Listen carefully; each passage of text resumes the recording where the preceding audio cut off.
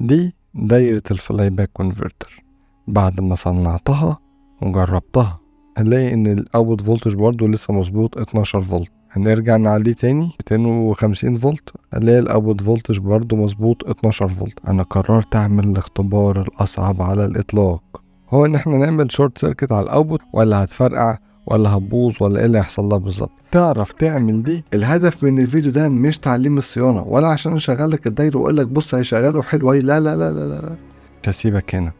انا هوريك ازاي ترسم، تطبع، تصنع واحنا بنحمر.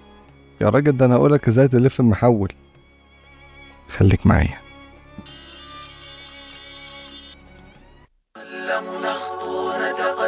نتعلم.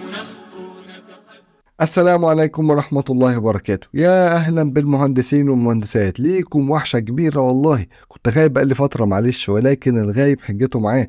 بس أنا كنت بعمل حاجة مهمة جدا، أنا كنت بحضر الدورة العملية لسويتش مون باور سبلاي، واللي هنبدأ بيها في الفيديو ده بإذن الله إن احنا ننفذ دايرة الفلاي باك كونفرتر زي ما اتفقت معاكم في الدورة النظرية. لو انت جديد في القناه ومش فاهم احنا بنعمل ايه، فاحنا بنعمل دوره فلاي باك كونفرتر، والفيديو ده هننفذ فيه الدايره عمليا. في الفيديو ده هننفذ قدامك دايره الفلاي باك كونفرتر من الالف الى الياء. هنرسم الدايره، هنطبعها، هنجمعها، هنختبرها، وهعمل كل ده باذن الله في اقصر وقت ممكن عشان ما تملش. وهقسم الفيديو لاجزاء بحيث انك لو حابب تعيد جزء معين تقدر تعمل كده. الهدف من الفيديو ده مع دوره الفلاي باك كونفرتر النظريه ان انت تقدر تصمم وتنفذ دايره الفلاي باك كونفرتر سواء في بيتك او في الشغل او في معمل الكليه. الهدف من الفيديو ده مش تعليم الصيانه ولا عشان اشغل لك الدايره واقول لك بص هيشغله حلو، لا لا لا لا لا. الهدف من الفيديو ده انك تقدر تنفذ دايره الفلاي باك كونفرتر بطريقه صناعيه احترافيه انتاجيه، بحيث انك لو حابب بعد كده تستخدم الموضوع انك تعمل مشروع وتنتج وتكسب فلوس تقدر تعمل كده. المكونات الالكترونيه اللي استخدمتها في تنفيذ الدايره النهارده كلها موجوده في السوق المحلي، ما عدا حاجه واحده بس، قلب محول في الرايت والاكسسوارز بتاعته. جات لي اسئله كتيره في الفيديوهات اللي فاتت، هنشتري الكومبوننت منين؟ ما تقلقش، كل الكومبوننت اللي انت محتاجها النهارده موجوده في السوق المحلي ما عدا محول في الرايت. لو ما لقيتوش في السوق المحلي هقول لك ازاي تشتريه من بره. ويلا بينا نبدا بسم الله. بس قبل ما نبدا حابب اوجه رساله شكر لكل الناس اللي دعمتني وبعتت لي رسائل تسال عني وتشجعني ان انا اكمل. الحمد لله جات لي رسائل كتيرة من مصر والعراق وتونس وسوريا والمغرب والجزائر والهند وباكستان. ألف شكر للجميع، رسائلكم فعلا شجعتني جدا ان اكمل. ويلا بينا نبدأ بسم الله. صلوا على النبي عليه الصلاة والسلام. احنا دلوقتي هنبدأ نبص على السكيماتيك دياجرام ونشوفه حتة حتة كده بحيث نقدر نقراه ونفهمه كويس. أول حاجة عندنا في السكيماتيك دياجرام هي ال AC Supply Circuit، فعن طريق الطرفين اللي هم بتوع اللاين والنيوترال هنوصل ال AC Source بتاعنا، واللي هو الفولت بتاعه هيتراوح ما بين 250 فولت إلى 85 فولت AC.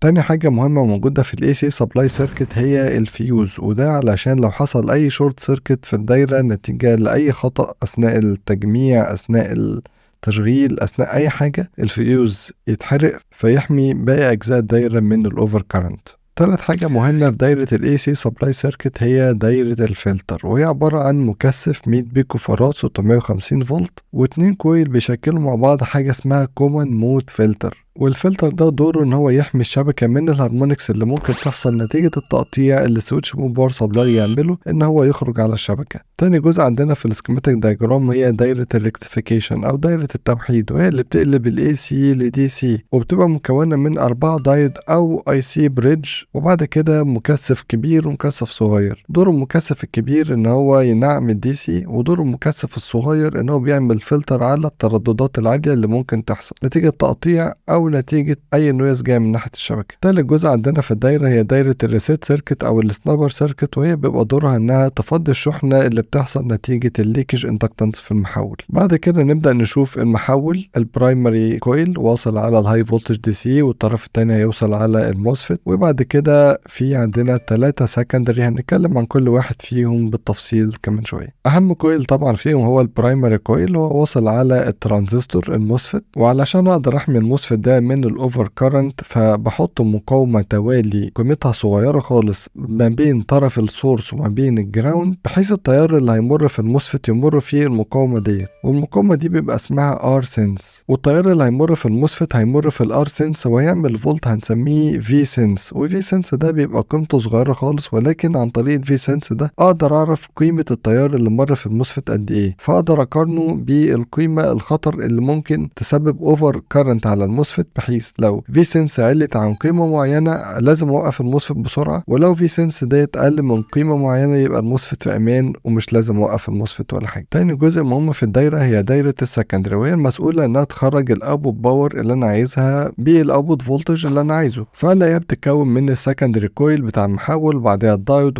وبعدها مكثفين توازي، وبعدها دايرة الفلتر، وبعدين حاطط مقاومة وليد كده توالي، بحيث ان لما الاوتبوت فولتج يخرج الليد ينور فاعرف ان الاوتبوت شغال. فعندنا هنا ملف جديد في المحول، الملف ده ما اتكلمناش عنه في الدورة النظرية للفلاي باك كونفرتر، ولكن الملف ده مهم جدا لدايرة الفيدباك. هو دوره بسيط خالص، هو بيعمل دي سي سبلاي للفيدباك سيركت. هنشوف ايه اهميته لما نيجي نبص على دايرة الفيدباك، واشرح دوره بالتفصيل ومدى تأثيره واهميته وايه الفرق ما بين ان هو يبقى موجود او ما يبقاش موجود في فيديو خاص هعمله عن الفيدباك سيركت. والملف ده ببساطة خالص بيبقى زيه زي ملف السكندري اللي فوقه عادي خالص، واصل على دايود وبعدها مكثف وبعدها مقاومة ومكثف تاني عشان يعمل فلتر، بحيث ان الدي سي سبلاي اللي هيخرج دوت بغذي بيه دايرة الفيدباك. والاحظ ان الفيدباك دي سي سبلاي دوت برضو واخد تغذية توازي من السكندري اوتبوت فولتج، بحيث في بداية التشغيل اي من الملفين يشتغل الاول يقدر يخرج اوتبوت فولتج ينفع يبقى فيدباك دي سي سبلاي على طول. ولكن بعد ما الدايرة بتشتغل كويس خلاص بيبقى الملف بتاع الفيدباك دي سي سبلاي هو اللي بيغذي الدايرة مش السكندري دي سي فولتج. ونيجي لأهم جزء عندنا في الاسكيماتيك بتاعنا هو دايرة الفيدباك، واهم حاجة لازم نتكلم عنها في دايرة الفيدباك ان الفيدباك بتاع الاوتبوت بيتقاس قبل ال سي فلتر، علشان الريسبونس بتاع الدايرة يبقى اسرع، ويبقى الاوتبوت اللي خارج لل سي فلتر ما فيهوش نويز كتيرة، فلما يعمل عليها فلتر يبقى الاوتبوت طالع شكله كويس. الحاجة التانية اللي هنبدأ نشوفها هنا هو ان الفيدباك دي سي سبلاي هنلاقيه بيغذي المقاومات اللي واصلة على الليد بتاع الاوبتو كوبلر، فيبقى كده دور السبلاي ده ان هو يغذي الليد بتاع الاوبتو كوبلر والدايرة اللي فيها تي ال 431. وكون ان الجزء ده من الدايرة ليه سبلاي سيركت لوحدها ده بيرفع الاستابيليتي جدا بتاعة الدايرة، وهنتكلم عن الموضوع ده بالتفصيل في فيديو خاص عن الفيدباك. طبعا زي ما اتكلمنا في الدورة النظرية الفلاي باك كونفرتر ان الفولتج ديفايدر بتاع الفيدباك سيركت لازم يتظبط بحيث ان لما الاوتبوت فولتج يبقى مظبوط عندي اللي هو زي عندنا دلوقتي عن 12 فولت يتحقق على الطرف اللي في النص ما بين الفولتج ديفايدر 2.5 فولت، بحيث لو الفولت على الفولتج ديفايدر وصل ل 2.5 فولت او اعلى الاي سي تي ال 431 بيقلب كسويتش ويعمل سويتش اون ويسمح بمرور التيار في الليد بتاع الاوبتو كابلر. لما التيار يمر في الليد بتاع الاوبتو كابلر الترانزستور بتاع الاوبتو كابلر بيتحول لمقاومه متغيره، قيمه المقاومه المتغيره بتتحدد حسب قيمه التيار اللي بيمر في الليد بتاع الاوبتو كابلر. والكلمه اللي انا بقولها هنا مش حقيقيه بنسبه 100% ولكنها مثال علشان نوضح اللي بيحصل. فحسب قيمه المقاومه بتاعه الترانزستور اللي هتتحقق عند الفيدباك لما يشتغل مع المقاومة التوالي اللي واصلة على الترانزستور هيظهر عندي الفيدباك فولتج، وهو الفولت اللي هيظهر ما بين الترانزستور بتاع الاوبتو كابلر والمقاومة التوالي اللي واصلة مع الترانزستور. ودلوقتي هنتكلم عن اخر كويل مهم في المحول وهو الكويل بتاع السبلاي سيركت. وزي ما عرفنا في الدورة النظرية الفلاي باك كونفرتر هو كويل مسؤول عن تغذية الاي سي الكنترولر بالفي سي سي المطلوب علشان يقدر يشتغل ويشغل الموسفت ويشغل الدايرة كلها. والكويل ببساطة وصل على دايود بعدها مقاومة بعدين مكثفين، واحد كبير واحد صغير عشان الفلتر، وبالتوازي مع الدايره دي بيبقى في دايره تانية اسمها ستارت اب سيركت، وهي عباره عن ان انا واخد الهاي فولتج دي سي اللي بيتولد على الريكتيفاير عن طريق مقاومه كبيره زي المقاومه 150 كيلو 3 واط اللي انا حاططها هنا ديت، بيوصل برضو على الفي سي سي بتاعه الاي سي الكنترولر اللي بيتحكم في الموسفت اللي بيشغل الدايره بتاعه الفلاي باك كونفرتر. وبيبقى دور الستارت اب سيركت انها تقوم الاي سي في بدايه التشغيل، ولما الدايره تشتغل وسبلاي سيركت تتحقق عليها فولت يبقى سبلاي سيركت هي اللي بتقوم بمهمة تغذية الاي سي بالفي سي سي، ويعتبر دايرة الستارت اب سيركت بتقف. الاي سي اللي احنا هنشتغل بيه في الدايرة دي هو يو سي 3845، واليو سي 3845 بيحتاج فولت من 8 فولت ل 30 فولت علشان يشتغل على بن الفي سي سي. ولما الفي سي سي يتحقق عليها الفولت المطلوب بيظهر على بن تانية اسمها الفي ريفرنس 5 فولت. ال5 فولت اللي بيظهروا على بن الفي ريفرنس دول بستخدمهم في حاجتين. الحاجة الأولى بستخدمهم في دايرة الفريكونسي جنريتور اللي هي عبارة عن مقاومة ومكثف بيوصلوا على الفي ريفرنس، والنقطة اللي في النص ما بينهم بتوصل على بن اسمها ار تي سي تي، وعن طريق المقاومة والمكثف دولت بيتحدد السويتشنج فريكونسي اللي الاي سي ده هيشتغل بيها. فعلى سبيل المثال انا حاطط هنا مقاومة 30 كيلو ومكثف 500 بيكو، وده هيولد لي 56 كيلو هرتز. الحاجة التانية اللي بستخدم بيها الفي ريفرنس وهي دايرة الفيدباك، عن طريق ان انا بوصل الفي ريفرنس دي على طرف الكوليكتور بتاع الترانزستور بتاع الاوبتوكابلر، بحيث لما دايرة الفيدباك تشتغل والمقاومة بتاعة الترانزستور بتاعة الاوبتوكابلر تتغير يتولد عندي الفيدباك فولتج اللي بيوصل بعد كده على بن الفولتج فيدباك. ومع تغير الفيدباك فولتج بتتغير الديوتي اللي خارجة من بن الاوتبوت بتاع الاي سي، وبن الاوتبوت بتاع الاي سي بيوصل بيه الجيت بتاع الموسفت، وبكده الاي سي يو سي 3845 هيقدر يتحكم في الموسفت، وبكده الموسفت هيقدر يطلع البي دبليو ام بتاعه على البرايمري كويل بتاع المحول. الدايره تشتغل وتبقى زي الفل ان شاء الله. هو احنا مش اتفقنا ان احنا هنشتغل باي سي كي اي 5 ام 0380؟ امال ايه اللي جابنا الاي سي يو سي 3845؟ باختصار انا كنت فعلا بحضر الفيديو العملي باستخدام الاي سي كي اي 5 ام 0380 زي ما اتفقنا في الدورة النظرية للفلاي باك كونفرتر، ولكن وانا بشتريه من موقع موزر لقيته اوبسليت، فاصبح ما عادش بينتج تاني. انا عارف ان انا ممكن اشتريه من الصين وغيره، ولكن انا فكرت قلت طب وبعدين، يعني السنة الجاية او اللي بعديها لو حد جه ينفذ الدايرة عمليا ممكن ما يلاقيش الاي سي او يلاقي في صعوبة في ايجاده. فقعدت ادور بحيث ان ادور على اي سي يبقى برضه متاح في الاسواق المحلية ورخيص وفي نفس الوقت مش اوبسليت، يعني قدامه عمر. فبعد تدوير البحث لقيت الاي سي يو سي 3845. طيب خلينا بقى نسيبنا من السكيماتيك دايجرام ونركز في الاي سي يو سي 3845 والكنترول سيركت بتاعته علشان نفهمها كويس. اول حاجة مهمة لازم نفهمها في الاي سي هي بن الفي سي سي، وبن الفي سي سي هي المسؤولة عن تغذية الاي سي، فعشان كده البن دي بتوصل بدايرة السبلاي سيركت ودايرة الستارت اب سيركت. وطبعا دايرة السبلاي سيركت بتبقى واخدة التغذية بتاعتها عن طريق المحول، وبتوصل بعد كده عن طريق المقاومة 10 اوم بالمكثفات. ودايرة الستارت اب سيركت بتبقى واصلة عن طريق الهاي فولتج دي سي، وفي مقاومة زي المقاومة 150 كيلو 3 واط اللي احنا حاطينها هنا ديت. وطبعا بتبقى مسؤول عن تغذية الاي سي في بداية التشغيل، وبعد ما البي دبليو ام بيخرج والمحول بيبدأ يشتغل بتبدأ دايرة السبلاي سيركت هي اللي تقوم بعملية تغذية الاي سي. بن الفي سي سي عشان تشتغل تحتاج فولت من 8 فولت الى 30 فولت، اكتر من كده يبقى غلط، اقل من كده مش هتشتغل.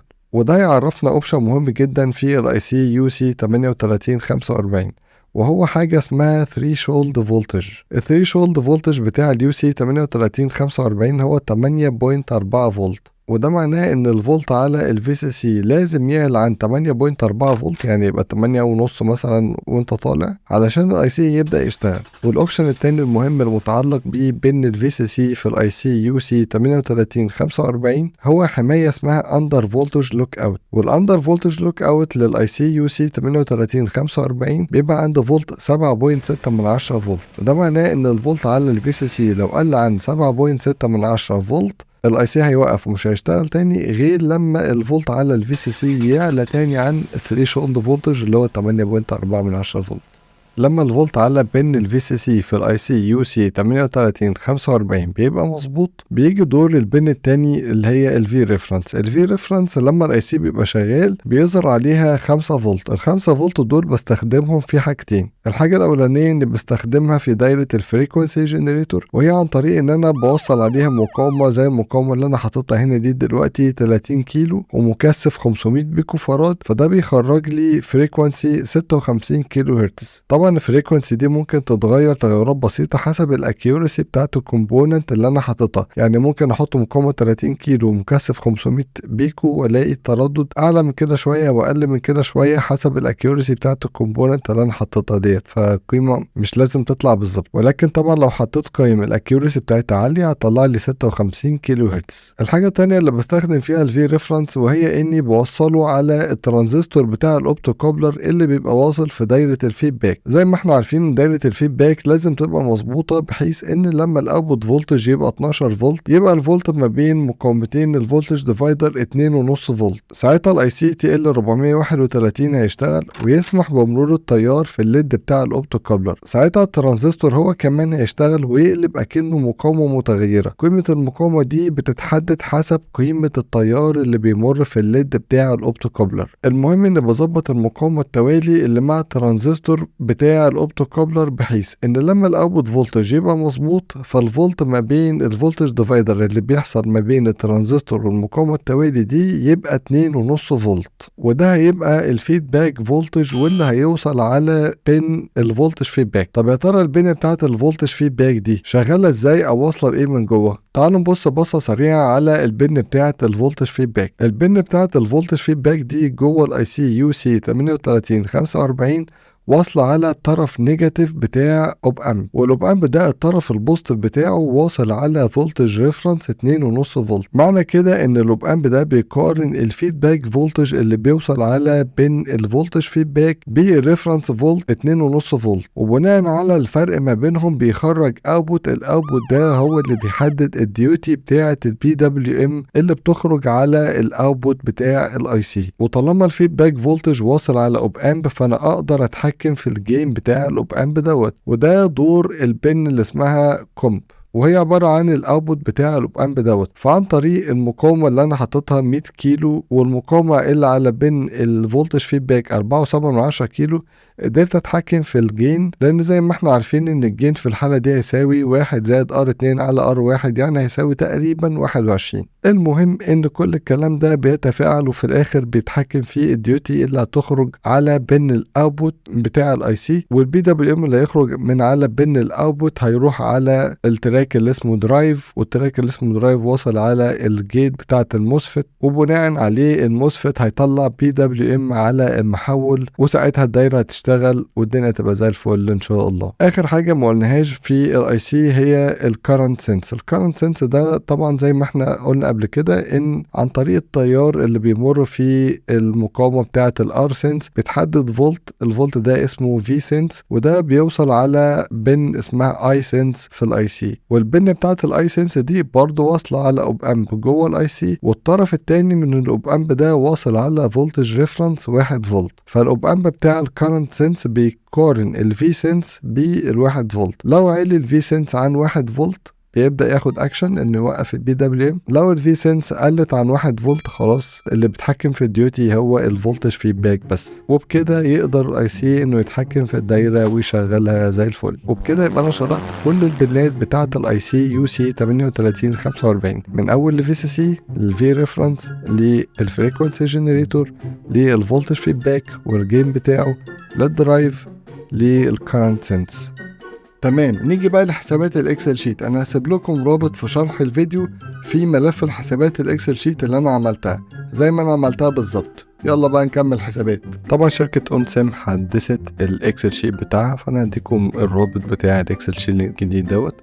طبعا انا اول حاجة عملتها ان انا دخلت تيار الحمل بتاعي اللي هو 2.75 امبير، فحسب لي هو الاب باور والام باور. انا سبت الافشنسي 80% زي ما هو سايبها. بعد كده حطيت المكثف 100 مايكرو فاراد طبعا زي ما اتفقنا قبل كده، والديوتي ريشيو سبتها زي ما هو عاملها، هو حتى كاتب ان القيمة دي ريكومندد. الماكسيموم ديوتي عندي 48% في الاي سي، فالفي ار او تقريبا هيكون بيساوي الدي سي مينيمم فولتج، فانا سبت الفي ار او 95 فولت زي الدي سي مينيمم فولتج، ودخلت الماكسيمم ديوتي سايكل بتاعه الاي سي بتاعي اللي هو 48%.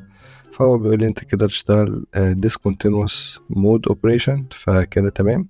ودخلت الفريكوانسي بتاعه الاي سي بتاعي حسب ما ظبطنا المقاومة والمكثف بتوع الفريكوانسي جنريتور، فالتردد بقى 56 كيلو هرتز. طبعا هو هنا بيتكلم عن الأيسيات بتاعته، أنا ماليش دعوة بالموضوع ده، أنا شغال بحاجة تانية. الريبل فاكتور عشان احنا شغالين ديسكونتينوس مود فهيساوي 1، فكده تمام. فطبعا هو طلع لي هنا البرايمري اندكتنس، ودي أهم قيمة أنا محتاجها منه، اللي هي 446 مايكرو فاراد. نسيب بقى كل الكلام ده وننزل على الريسيت سيركت او السنابر سيركت زي ما هو مسميها. طبعا اول حاجه هو محتاج البرايمري ليكج اندكتنس. انا قست البرايمري ليكج اندكتنس بتاعت المحول اللي انا لفيته، واللي انا عامل فيديو مخصوص بتكلم فيه عن ازاي تلف المحول وازاي تقيس البرايمري ليكج اندكتنس بتاعتك. ف هنبقى نشوفها لما نشوف الفيديو دوت. ولكن قيمة الليكج اندكتنس عندي هي 31 مايكرو هنري، فأنا حطيتها زي ما هي. طبعا قعدت أحاول أغير في الفولتج دوت بحيث إن القيم بتاعة المكثف والمقاومة والوات بتاعة المقاومة بتاعة الريسيت سيركت يعني يبقى قيم مظبوطة بالنسبة لي. فوصلت للقيم دي اللي هي 8.2 كيلو أوم و21 يعني تقريبا 22 نانو فراد، والوات بتاع المقاومة حوالي 6 واط. طبعا دايرة الفيدباك أنا قعدت أغير في القيم ديت كتير لحد ما ظبط معايا جين والفيز بالشكل دوت. طبعا الفريكونسي اللي احنا شغالين بيها 56 كيلو هرتز، فالكروس اوفر فريكونسي بتاع السيستم بتاعي اللي هو الخط الأحمر دوت لازم يعمل كروس اوفر، يعني يقطع الزيرو عند رينج ما بين 1/5 إلى 1/10 من السويتشنج فريكونسي اللي هي طبعا 56. يعني بنتكلم تقريبا في من 5.6 كيلو هرتز إلى 11.2 كيلو هرتز. فالكروس اوفر فريكونسي بتاعي هنا تقريبا 6 كيلو هرتز، 6 وشوية، فكده الرينج ده مقبول جدا. والفيز مارجن بتاعي تقريبا قريب من 90 اغلب الوقت. بالنسبه للمقاومه اللي هتتحط مع الاوبتو كابلر انا ثبتها 10 كيلو اوم، وانا بفضل دايما ان المقاومه اللي هتتحط مع الليد بتاع الاوبتو كابلر ان هي تبقى مظبوطه بحيث ان تيار الليد يبقى في حدود 1 ملي امبير، مش شرط يعني بالظبط ولكن في الحدود ديت. فعشان كده انا ثبتها عند 10 كيلو اوم، وقعدت اغير في بقيه البارامترز علشان السيستم ريسبونس عندي يظبط بالشكل ده. طبعا في نقطة مهمة أنا عايز أوضحها في الكيرفات ديت. الكيرف اللي بالأحمر ده النتيجة ما بين تفاعل الكيرف اللي بالأزرق والكيرف اللي باللون اللبني الفاتح ده. الكيرف اللي بالازرق ده الاوبن لوب سيستم بتاعك، يعني ده الدايره بتاعتك من غير دايره الفيدباك. الكيرف اللبني ده تاثير دايره الفيدباك. تفاعل الاتنين مع بعض هينتج عنه السيستم ريسبونس اللي هو الكيرف الاحمر ده. انا في الاخر اللي ببص عليه هو الاحمر لانه ده النتيجه بتاعت ده زائد ده. في حاجة صغيرة كده ضفتها في الدايرة بس هي مهمة جدا، اسمها الفرايت بيد. لو جيت كتبت في جوجل فرايت بيد، دخلت على صور، هتلاقي الفرايت بيد ده ليه أشكال كتيرة، ولكن هي فكرته الأساسية هو عبارة عن قلب فرايت وماشي فيه سلك. ممكن يبقى شكله بالمنظر ده أو ممكن يبقى سيرفس ماونت يعني بيتركب فوق البورد زي كده، أو ممكن يبقى هو مجرد حلقة وأنت بتعدي السلك بتاعك جواها. والفرايت بيد احنا دايما بنشوفه في الشواحن أو باور سبلايز، بنلاقيه بالمنظر ده، بتلاقي فيه حاجة مدورة اسطوانية كده وعليها بلاستيك واصلة بالسوكت بتاع الشاحن. ده بيبقى دايما هو ده اللي اسمه فرايت بيد. طيب بيعمل ايه الفرايت بيد؟ الفرايت بيد لو جينا هنا في الفيديو ده عاملاه شركة التيوم، هنلاقيه بيمثل الكرنت بالحاجات الزرقاء دي ومعاها نويز، يعني الكرنت ومعاها نويز لما بيعدي في الفرايت بيد بيشيل النويز دي. طب هو بيعمل كده ازاي؟ الفرايت بيد فكرته سهله خالص. لو عدى تيار فيه دي سي ما فيهوش فيه اي ترددات، المقاومه بتاعه الفرايت بيد تقريبا بتبقى صفر، فهو ما بيأثرش على الدي سي كارنت خالص.